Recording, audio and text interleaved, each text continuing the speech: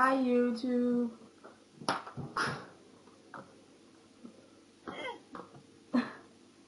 Ja, perfekt start at sige hej til folk. Hej. Det der, det er bare... Totalt babyagtigt, når man tænker på min alder, ikke? Altså, hej. Lad os komme i gang. Ja, okay.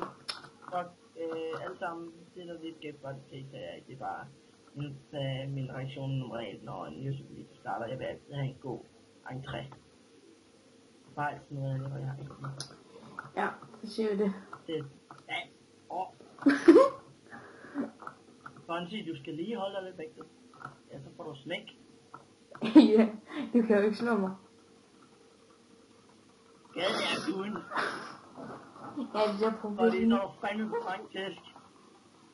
Smæk endda, smæk endda, smæk endda. Ja, det er meget spændende. Prøv lige efter sat det sådan lidt. Det er lidt svært.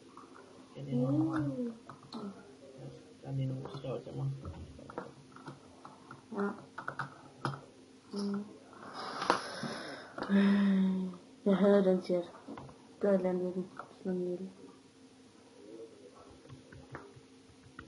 Gør sådan et konfises mor. Sådan der.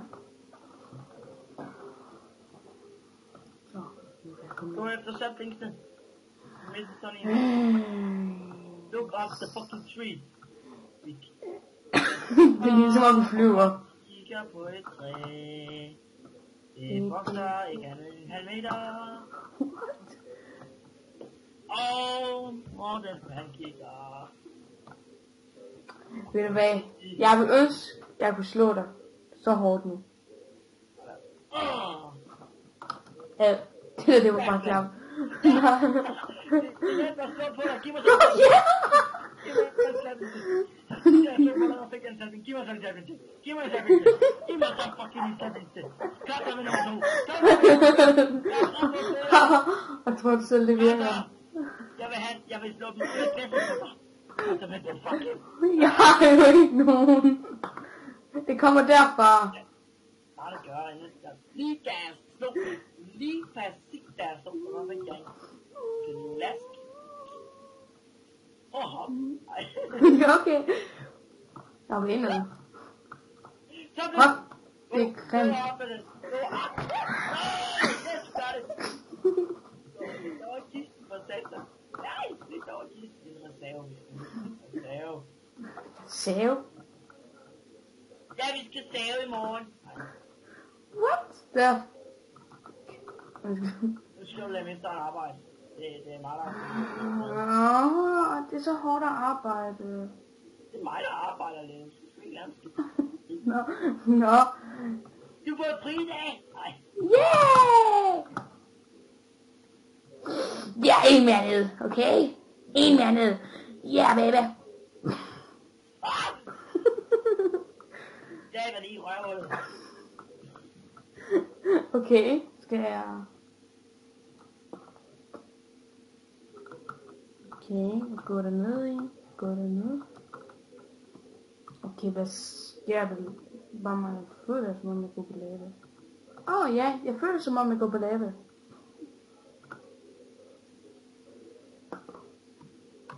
For mig, der har jeg det sådan, at jeg er usum stil. Nu skal du lige passe på, lille fyr. Jeg er ikke lille, jeg er ældre. Hvor gammel er du så lige var? Jeg er 13. Nå, jeg er 12. Det er kun en år ældre. Jeg skal ikke stå op lige nu, ellers så dør jeg. Rejs dig. Okay. Se, man kan bare gøre sådan der. Se her. Jeg lever endnu. Ja, min bone. Det er min lange bone. Nej, jeg dør. Jeg elsker at svække dig med. Det er bare Jeg klasker dig med min boner. Ej, det er det. Så en mini-parodi på Get of Anyone. Sweet! Ikke til dem besøg. Nej. Fuck. Jeg smækker i tegnet med min boner. Yay! Prøv at forestille dig, hvis det var en dildo, ikke? Altså bare, boner var en dildo, bare smæk. Oh my god. Og den der, der bare sagde... Hold nu op, mand! Gå væk! Nej. Gider jeg ikke. Nej, Lana! Fuck. You beat to burn on hell! Du var ond. Get the burn on hell! Nej. You need it. Yeah, baby! Der var ingen saplings nu. Øj, hvad er det for en ting? Nu står der endnu hårdere for at fucking at give mig min fucking sapling. Det virker Give jo. mig min fucking sapling!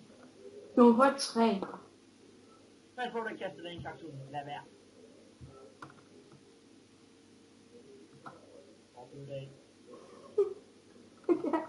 Er du blind? Jeg fik min sapling! Ja! Jeg fik også min sabling. Nej! Slap af. Sådan der. La la la la la. Benny lille bitte tur. Benediktsson lille bitte tur. Dam dam dam. Bam bam bam bam. Ingen må tage den her sabling. Det er ligesom et barn. Lille søde barn. Nej. Det lugter af tis. Jeg fik et æble. Et æble! Nu kan vi så meget. Giv mig det for mig, så. Vent, jeg fik en apple. Oh my god. Jeg fik en MacBook. Ja, baby. Se. Au! Ej! Æble. Du fik æble. Save det æble. Fuck dig, men bare save æble. Det var det her, hvor bare ved at dø i lava. Kom væk. Okay. Ja, tak for æble. Nom, sidder bare. Og der er en mand, der sidder der og dø rundt. Jeg fik et æble. I disse glas vand. Nu, hvordan skal jeg komme over til dig, når jeg skriver home? Home, baby, home. Jeg vil råde til at passe på for dig. Jamen, hvad kæder du? Jeg kan selvom jeg gerne vil have Danish. Det kan du godt høre, når du kommer ud på måle. Hvis det er navn eller noget. Ja. Lige meget. Hvad var det, du hed? Danish. Nå. Kasper 1045. Hvad sker der for, hvor mine træer, når jeg er sammen med dig? Du er altså en træbokser. Du er altså... Au! Du er bare ond! Nej, jeg nåede det ikke. Jeg nåede lige det sidste liv. Jeg nåede lige det sidste liv. Det er YOLO. Du har lige lavet YOLO, man har kun et liv. Det har du også snart. Det kan jeg love. Det får du ikke tilbage. Du har lige klammertonen. Nej. Jeg har stemning bogen. Jeg havde den der chat, da jeg slog den ihjel om lidt. Jeg fælder et træ med en boner. Jeg fælder et lille bitte træ. Jeg fælder et bitte træ med en lille bitte boner. Ad. Tøn. Sådan der, du kan ikke se, hvorfor de skriver i chatten mere. Ja, men jeg synes ligesom slet... fuck. Giv mig så min sabling. Hey, jeg har ikke din sabling. Den er derovre. Pis. Pis. Jeg levede. Jeg overlevede. Yeah. Jeg fik en sabling. Giv mig så en sabling. Plat den igen. Yeah. Den er for gud. Den er min gud. Det er simpelthen min gud. Ad. Er det lige kommet? Jo. Jo. Kæft, syng roll. Hey. Ja. Der er gået 9 minutter. Nej, Hvor lang tid tror du vores survival Skype-blog vil vare? Måske 15 minutter. I dag vil den vare. Nå. 15 millioner, for vi er fatsvage i hjernen. Jeg fik 2 saplings. Ja, jeg fucking fat. Jeg fik 2. Det der op på dig. Kig her. Kig her, lille ven. Jeg fik 2. Eller det ligner bare et spænd 3-4, der bare er virkelig. Vil du gerne ryge derned? Dø. Du har kun et liv. Hold op. Jeg er i gang med at prøve lidt farfar mere. Hey, skal vi lige gøre det der? Så smager vi lige den, så får du damen ned til dig. Det vil da blive så hyggeligt. Ja, det vil da blive så hyggeligt at ryge ned til helvede. Ja. Ja. Hey du, hvad skal jeg fjerne noget blok der? Hey, jeg har en sabling mere. Yay! Nu har jeg 3 sabling. Oh my god, okay, slap af. Nu har jeg 3 saplings igen. Jeg får bare saplings. Så nu gør vi sådan. Ja. Fonzie er blevet sabling, kongen til fast. Der er lav. No! Holder du ikke rigtig meget? Fuck. Nej. Ikke mere. Det var sidste år. Altså, ikke sidste gang, du var fast. Du tager den gamle træpikak, der ligger i kisten, eller hvad? Ad. Kom nu, tag den nu bare, så vi får mikrosten. Og det samme har vi 5 saplings. Wow, ny rekord for mig. Ja! Nej, så er det en ny rekord for dig. Hvor det er. Newborn. Lol. Der er drop på det, altså newborn. Lol.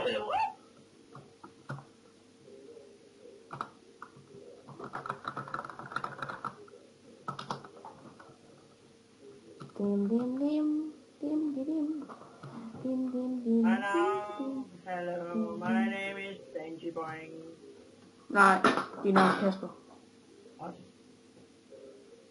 Dit navn er Kim Kasper. Dit navn er ikke Kim Kasper. Nej, jeg sagde, dit navn var Kim Kasper. Dit navn. Dit navn er Karl. Mit navn er Kønne. Jeg kommer fra Solstand. Og jeg har en god ven, der hedder Bonsboy. Og han har rapporteret og fandt væk. Her er der en, han er altid tilfreds bagefter, han har fået sikkert lige det. Yeah! What? Prøv at høre. Yeah! Prøv at høre. Det er egentlig ret for nu, men prøv at høre. Det her bliver bare lige.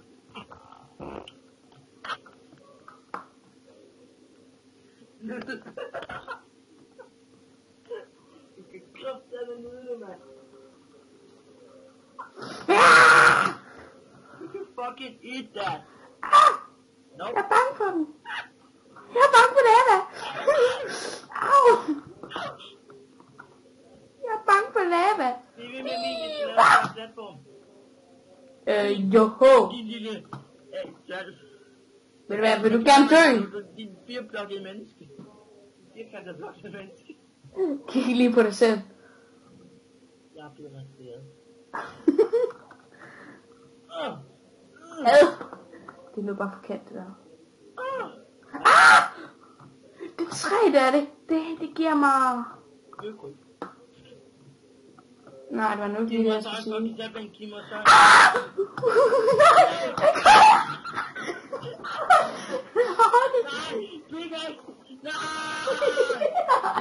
Oh my god, det var den, du tænker på. Tak. Tænk slet ikke på mig.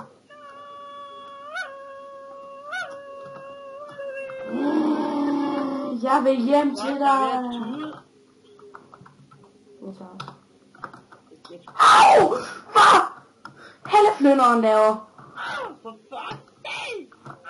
Det hedder for helleflynderen.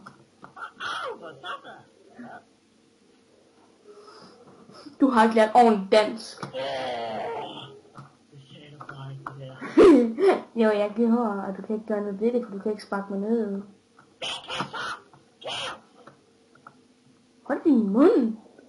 Lad være med at skrige. Lad være med at skrige ligesom visse andre. Hvorfor skal jeg give dig en sabling? Jeg er sablingkongen, altså. Ja, så giv mig en sabling, og piller ved dine underbukser.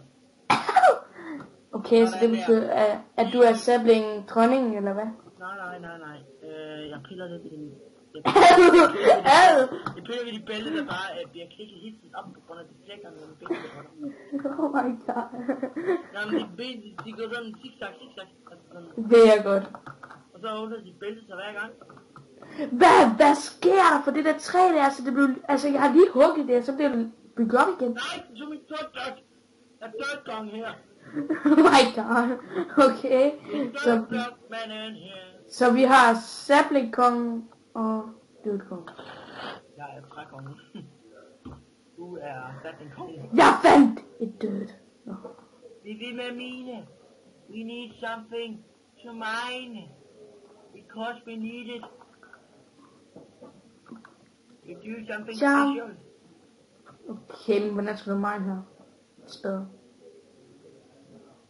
Hvad det kaldes at lave sin pickaxe den? Det lyder forkert, ikke? Pik?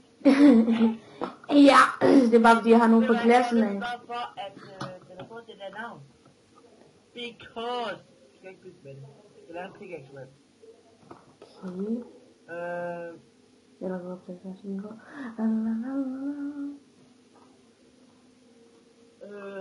Ved du hvad? Jeg ved hvorfor den har fået den her pickaxe. Hvorfor den hedder sådan pickaxe og hakke. Det er på grund af, at kan du også den anden pind der på pickaxen, ikke? Det skal forestille lidt mening. Oh my god. To punkter, der er bare sat til sammen. Men det lyder bare... Og hvad før du holder på spil, jeg fik? Jeg har aldrig hørt nogen, der var så misforstået før. Misforstået. Jeg siger det bare rigtig spil. Performance. You know. Lad være med at grave det her. Ja, jeg graver, hvor jeg har det. Graver huller. Du hullekongen. Nu skal jeg dø. Kom det sådan der. Hey, prøv at se, hvad hvis du graver en mand ned.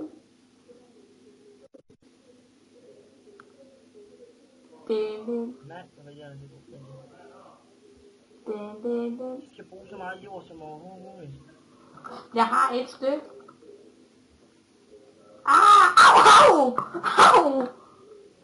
Hvor fint da. Det var ikke planen. Jo, det var. Nej. Det var planen, at du skulle slå mig ihjel. Du skal kloppen nu, men den sætter ned under. Sådan der. Se, og så krabber jeg lige her. Da-da! Karsten er pædagog. Du Karsten, og jeg er pædagog. Hold nu op, Karsten. Lider du ikke godt? Sidde lidt stille. Fuck dig.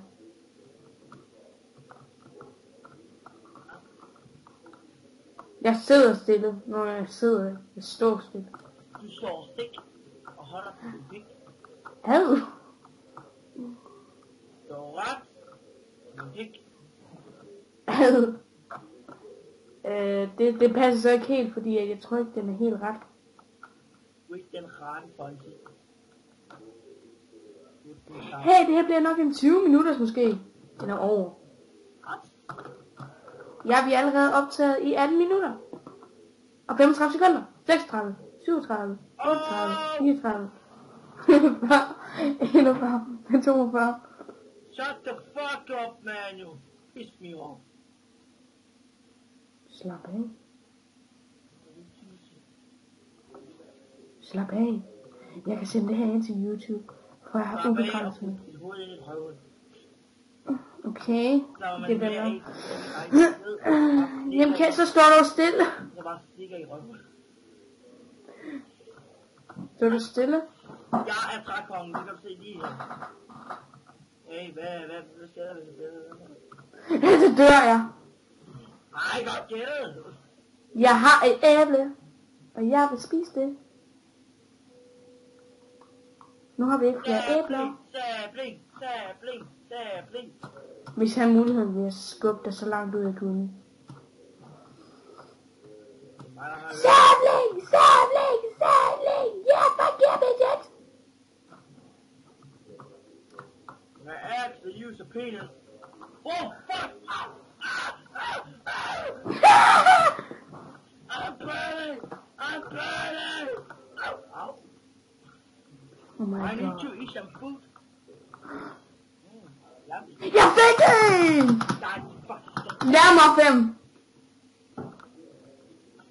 Nej, fucking. Du skal slet ikke kigge Jeg til hjælper andre folk til at blive populære. Det var meget godt, at Dirty Graphics blev populær. Hvorfor er du så ikke selv populær? På grund af, at jeg hjælper andre. Og jeg gider at være YouTuber. Det, jeg synes, det er for stressende. Åh, du er for stressende for lille Kasper. Kæft, hvor er der bare lyst, der står der lige pjæset lige nu. Skal vi ikke lige episoden starter her, og så starter episoden nummer 2, eller kommer ind igen? Ja, nej, jeg skal jo i seng nu. Jeg skal i seng. Wow, du har nogle dårlige sengetider, mand. Nej, det er bare fordi, jeg skal se tv til kl. 12. Nej. Jamen, vi ses YouTube. Ja, okay, så prøv lige at vente. What? Vi ses,